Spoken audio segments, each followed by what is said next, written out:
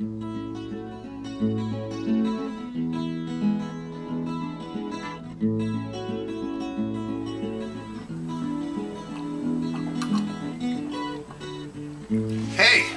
welcome to my kitchen. I'm John Olson, the right guy to call. Oh boy, this afternoon I had myself a delicious bacon, lettuce, tomato, and onion sandwich with mayonnaise, of course, and I used up all of my mayonnaise, so now it's time for me to make another fresh batch of mayonnaise. And what better time to get out the camera and show you how I make fresh mayonnaise. Before I get started, I have a couple of thank yous to get out there. The first is to Mrs. Capone in Suffern, New York. Her son Ralph was the drummer in a band I was in way back when, and she was my first introduction to homemade mayonnaise. I was in her kitchen and she had a jar, a big jar on the counter, and it had some white stuff in it, and it looked like a little layer of oil on top. I asked her what that was, and she said she had made mayonnaise to use as a dip with artichoke leaves. I thought that was pretty interesting, and one thing led to another, and she let me taste her mayonnaise, and it was delicious, and I knew right then and there that someday I was going to be making my own mayonnaise. And several years later, I finally tried to make my own mayonnaise, and unfortunately it was a disaster. It didn't turn out well at all. I was using olive oil and an electric egg beater, and it separated, and I couldn't get it to recombine, and I tasted it along the way, and I decided that olive oil probably wasn't the right oil to use. It just didn't taste right. And eventually that batch of mayonnaise went down the toilet. Unfortunate, but sometimes these things happen. But I had that bug in the back of my head that said, John, one of these days you're going to make your own mayonnaise. And so years go by, and I was stumbling around the internet and came across a video by a gal named Paula. Her YouTube page is How to Make Dinner, and she had a video on how to make mayonnaise. And I watched, and I thought, wow, that is so drop dead simple. It couldn't get any easier. An idiot could have success with it. And so I was determined that I was going to try again, and eventually got myself an Immersion Blender and gave it a try, and holy smokes, it worked so well. So thank you, Mrs. Capone, for introducing me to homemade mayonnaise, and thank you, Paula, for showing me how it's done. A couple of things I should get out of the way also while before I actually make the mayonnaise. The ingredients that you're going to need in this procedure. You're going to, of course, need something to mix your mayonnaise in.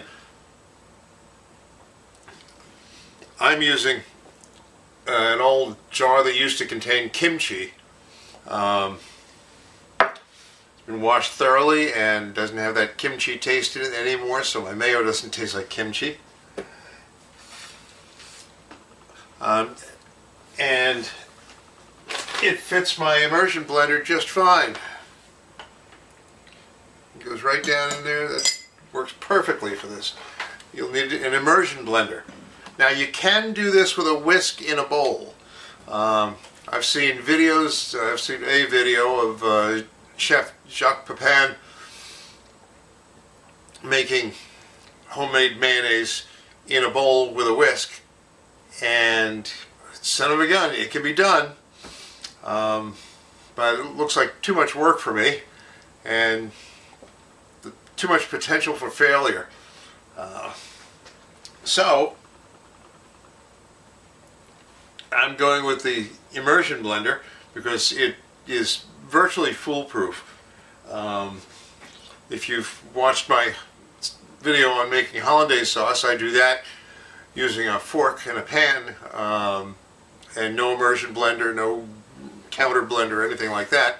But in this case, I think the immersion blender is something that just makes the job so much easier and works really well. So you'll need a jar or mix and store your mayonnaise in, and immersion blender. You're going to need oil. I'm using ShopRite Bowl and Basket vegetable oil. This is 100% pure soybean oil. As I mentioned previously, my first attempt was with olive oil, and I didn't quite like the result. I may try it again sometime in the future to see if I get a better result with it, and if I like the flavor. But I'm not in a big hurry to do that. When I first made mayonnaise successfully, I was using peanut oil because I have a lot of peanut oil here, and that worked well. The flavor was okay, but it had an aftertaste. It was just kind of, it tasted oily. That's the only way I can describe it. It just had an oily aftertaste, and I didn't really care for that much. So I went hunting around looking for what else I could use, and I came up with this this vegetable oil, soybean oil, and it works really well. I should tell you that the mayonnaise that we're making today is going to be very similar to Hellman's. So if you are a Miracle Whip kind of person, well, good luck. I don't know how you make Miracle Whip. I don't want to know how you make Miracle Whip. I don't particularly care for the stuff. But I grew up on Hellman's, and I love the flavor of Hellman's or Hellman's style mayonnaise. And so that's what we're making today. I also like Kewpie mayonnaise, which is Japanese mayonnaise, and it's got a really rich, delicious flavor to it. I haven't really tried to recreate that yet, but sometime in the future I expect that I will.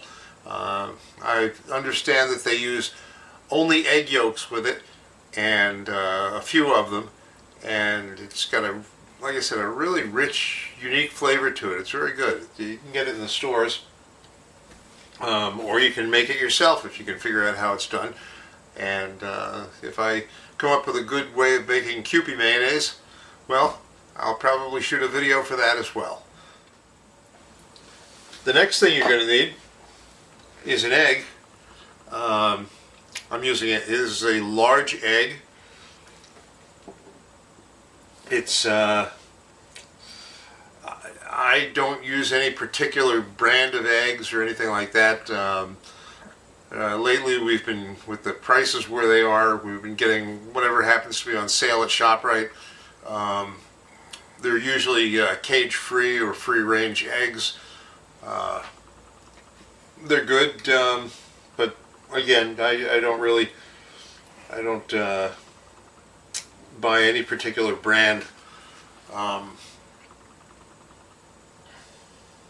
I should mention that the eggs that I'm using, or the egg that I'm using, is not pasteurized, so there is the potential making mayonnaise like this for food-borne illness. So if you have a weak immune system, or you're afraid of such things, and well, anybody should be cautious about it, well, maybe you should not make your own mayonnaise, or find yourself pasteurized eggs to make your mayonnaise.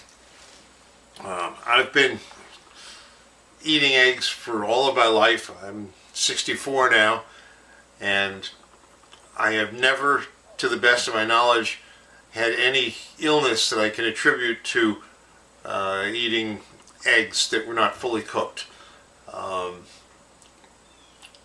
I have had food poisoning in the past, not from eggs, but I had a nasty bout of it a few years ago, and don't know how I got it, where it came from, but I had it, and for about the first 3 hours I was in the bathroom on my knees throwing up, and for about the next 3 days I was making very frequent trips to the bathroom with the squirts at the other end. Not a lot of fun, but like I said, I never that I can think of had any problem with eating an undercooked egg. I love soft-boiled eggs, sunny side up, or froached eggs, poached eggs,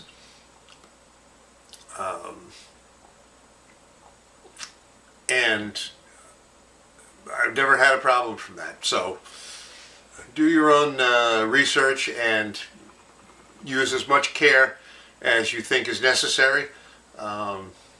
So far, making mayonnaise like this, I have not had any problems with any kind of foodborne illness that I can identify. So, you know, I'm just going to keep doing it this way and see what happens. Also, you're going to need a little salt. I've got sea salt here. You'll need some sugar. This sugar is it's a granulated sugar. It has a higher molasses count in it. I buy it like this because I like the more molasses-y flavor of this kind of sugar. You're going to need some lemon juice. You can use fresh lemon juice if you like. I have no problem with fresh lemon juice, except that keeping fresh lemons around, is a little cumbersome, I guess. I use Cecilia bottled lemon juice. It's a delicious lemon juice. In my experience, this is the best bottled lemon juice that I've ever had. It tastes just like fresh squeezed lemons. You can get it in better supermarkets. I get mine over at the ShopRite. It's wonderful stuff. Keeps in the refrigerator for a long time. Well worth having. You'll need some white peppercorns. Again, you can find them at your supermarket. This is a little, bottle of white peppercorns with the built-in grinder at the top. You'll need some vinegar. I'm using white vinegar. That produces something that tastes closer to Hellman's. You can use apple cider vinegar if you like. Malt vinegar I've tried. It's okay. You can try different flavors of vinegar. You can try wine vinegar. Experiment. It will flavor the mayonnaise, so keep that in mind. Maybe you'll like the flavor of using a different type of vinegar. If you use balsamic vinegar, that would probably taste interesting anyway. It certainly color your mayonnaise, give it a darker color. But it might make an interesting mayonnaise. But if you just want to make a basic mayonnaise, white vinegar is what you're going to work with. Dijon mustard. Again, you can use different types of mustard. Depends on what you like and what you think might taste good. I've tried Dijon mustard, and I've also tried using spicy brown mustard. The spicy brown actually does give it a flavor, and it's not a bad flavor. but it's not quite what I'm looking for. The Dijon, I think, works better for that, so I'm sticking with the Dijon Mustard. You'll also need some measuring tools, spoons, and something to measure out your oil. And that's about it, so let's get started with this thing. I'm taking too long. First thing you're going to do is you're going to measure out about 1 cup, 8 fluid ounces of vegetable oil into your mixing vessel.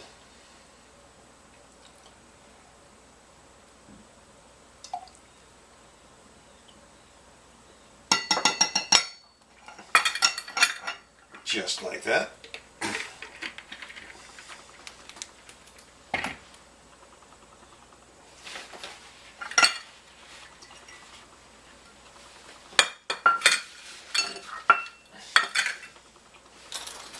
And then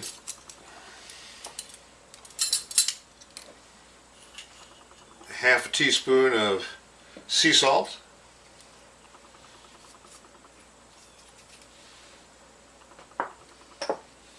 And about a half a teaspoon of sugar.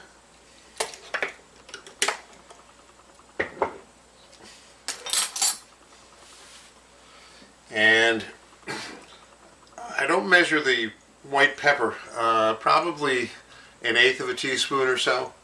I just kind of grind it in there.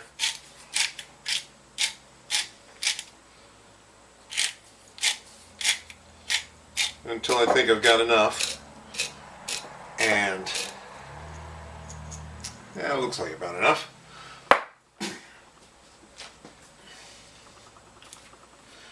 And about a teaspoon or 2 of lemon juice.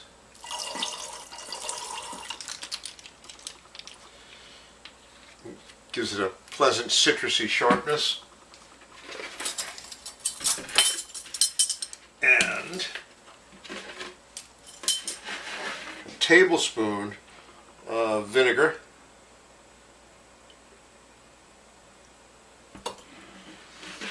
Just like that.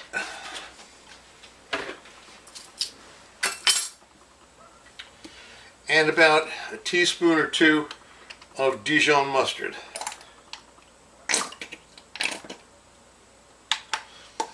Use more or less as you like. And finally, an egg.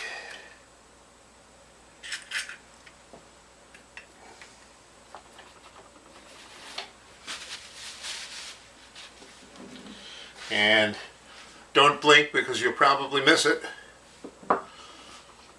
This really goes quick. Put your immersion blender down over the egg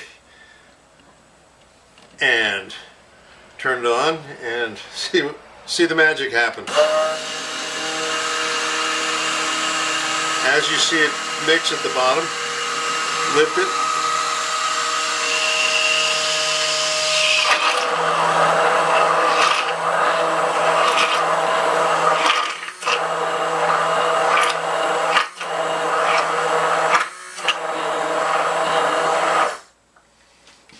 And there you go.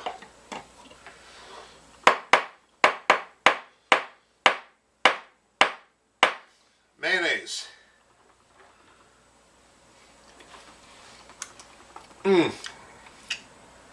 Quick, simple, and better than Hellman's. More tasty than Hellman's. It's really got a wonderful flavor to it.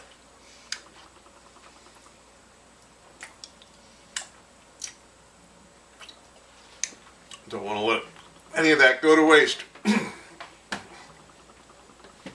it's nice and thick. And of course it'll get thicker a little bit when it's refrigerated. Throw a cap on the jar. And into the refrigerator it goes.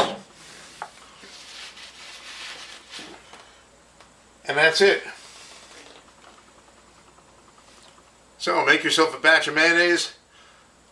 So the next time you're going to make tuna salad or a BLT or chicken salad or anything else you want to use mayonnaise for, use it for making delicious sauces and such. It's so drop dead simple. There's no excuse not to make your own. And with the prices of mayonnaise in the stores these days, there's even more incentive to make your own. But that's it. So until I see you next time, enjoy your life.